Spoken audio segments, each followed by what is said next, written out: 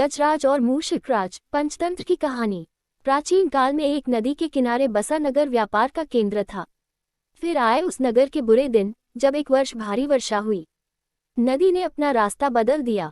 लोगों के लिए पीने का पानी न रहा और देखते ही देखते नगर वीरान हो गया। अब वह जगह केवल चूहों के लायक रह गई। चारों ओर चूहे ही चूहे नजर आने लगे।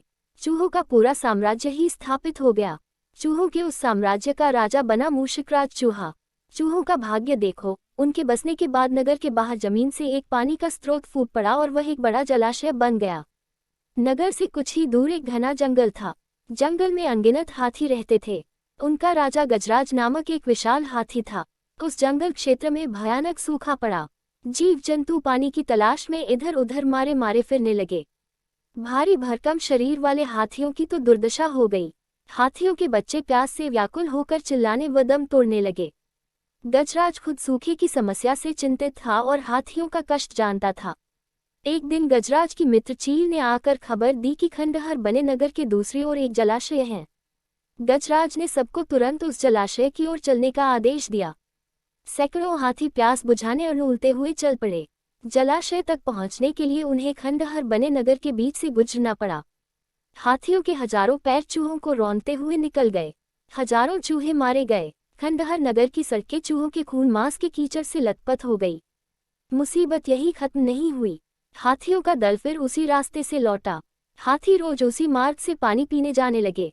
काफी सोचने विचारने के बाद मूषकराज के मंत्रियों ने कहा, महाराज, आपको ही जाकर गजराज से बात करनी चाहिए। वो दयालु हाथी हैं। मूषकराज हाथियों के वन में गया। एक बड़े पेड़ के नीचे गजराज खड़ा था। मूषकराज उसके सामने के बड़े पत्थर के ऊपर चढ़ा और गजराज को नमस्कार करके बोला। गजराज को मूषकराज का नमस्कार। हे महान हाथी, मैं एक निवेदन करना चाहता हूँ। आवाज गजराज के कानों तक नहीं पहुँच रही थी।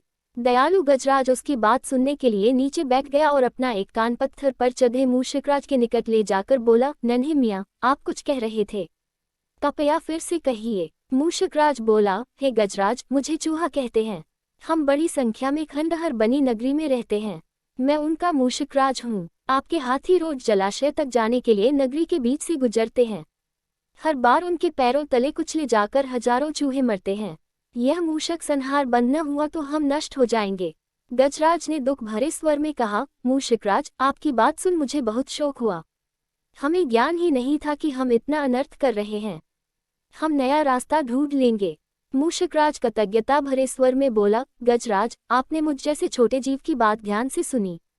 आपका धन्यवाद। गजराज, कभी हमारी जरूरत पड़े तो याद जरूर कीजिएगा। गजराज ने सोचा कि यह नन्हा जीव हमारे किसी काम क्या आएगा, सो उसने केवल मुस्कुराकर मूषकराज को विदा किया। कुछ दिन बाद पड़ोसी देश के राजा ने सेना को मजबूत बनाने के लिए उसमें हाथी शामिल करने का निर्णय लिया। राजा के लोग हाथी पकड़ने आए। जंगल में आकर वे चुपचाप कई प्रकार के जाल बिछाकर चले जाते हैं। सैकड़ों हाथी पकड़ लिए गए। एक रात हाथियों के पकड़े जाने से चिंतित गजराज जंगल में घूम रहे थे कि उनका पैर सूखी पत्तियों के नीचे छल से दबाकर रखे रस्सी के फंदे में फंस जाता है। जैसे ही गजराज ने पैर आगे बढ़ाया, रस्सा कस गया। रस्से का दूसरा सिरा एक पेड़ के मोटे तने से मजबूती से बंधा था। गजराज चिंघाड़ने लगा। उसने अपने सेवकों को पुकारा, लेकिन कोई नहीं आया। कौन फंदे में फंसे हाथी के निकट आएगा? एक युवा जंगली भैंसा गजराज का बहुत आदर करता था। जब वह भैंसा छोटा था तो एक बार वह एक गड्ढे में जा गिरा था। उसकी चिल्लाहट सुनकर गजराज ने उसकी जान बचाई थी। चिंगार सुनकर वह दौड़ा और फंदे में फंसे गजराज के पास पहुंचा। गजराज की हालत देख उसे बहुत धक्का लगा। वह चीखा, ये कैसा अन्याय है? गजराज, बताए क्या करूं? मैं आपको छुड़ाने के लिए अपनी जान भी दे सकता हूं। गजराज बोले, बेटा, तुम बस दौड़कर खंडहर नगरी जाओ और चूहों के राजा मूषकराजा को सारा हाल बताना। उससे कहना कि मेरी सारी आस टूट चुकी है। भैंसा अपनी पूरी शक्ति से दौड़ा दौड़ा मूषकराज के पास गया और सारी बात बताई। मूषकराज तुरंत अपने 20-30 सैनिकों के साथ भैंसी की पीठ पर बैठा और वो शीघ्र ही गजराज के पास पहुंचे। चूहे भैंसी की पीठ पर से कूदकर फंदे की रस्सी कुतरने लगे। कुछ ही देर में फंदे की रस्सी कट गई व गजराज आजाद हो गए। सीखा, आपसी सद्भाव व प्रेम सदा एक दूसरे के कष्टों को हल लेते हैं।